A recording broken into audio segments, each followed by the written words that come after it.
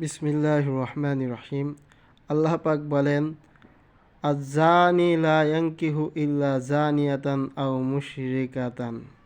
জেনাকারী জেনাকারিনী মহিলাকে বিবাহ করবে অথবা শিরককারিনী মহিলাকে বিবাহ করবে। তাই নিজেকে পবিত্র রাখতে হবে।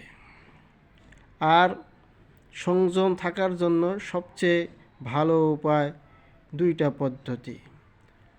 সাধ্য থাকলে বিবাহ করা, নইলে রোজা রাখা। মেশকাত শরীফের 2 খণ্ড 1 হাদিস।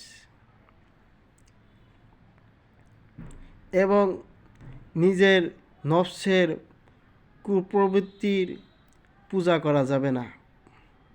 আফরাইতা মানিত্তাখাযা ইলাহাহু হাওয়া।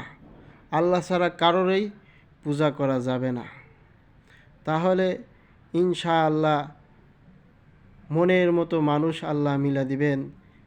আর নিজের কলবে আল্লাহ পাককে রাখতে হবে জিকিরের মাধ্যমে, কোরআন গবেষণার মাধ্যমে, চিন্তা ফিকিরের মাধ্যমে, তারপরে উপদেশ গ্রহণের মাধ্যমে, পাঠের মাধ্যমে, ব্যাখ্যা পড়ার মাধ্যমে।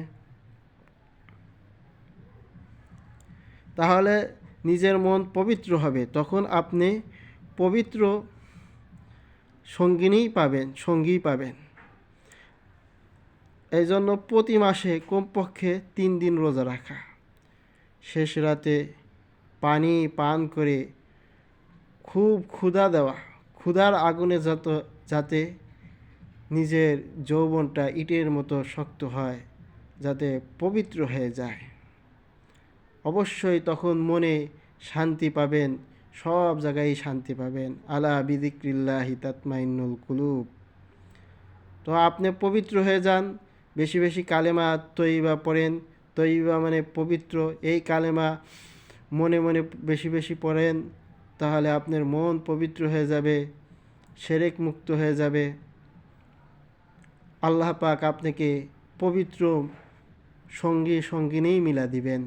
আত-তয়্যিবাতু লিত-তয়্যিবিন।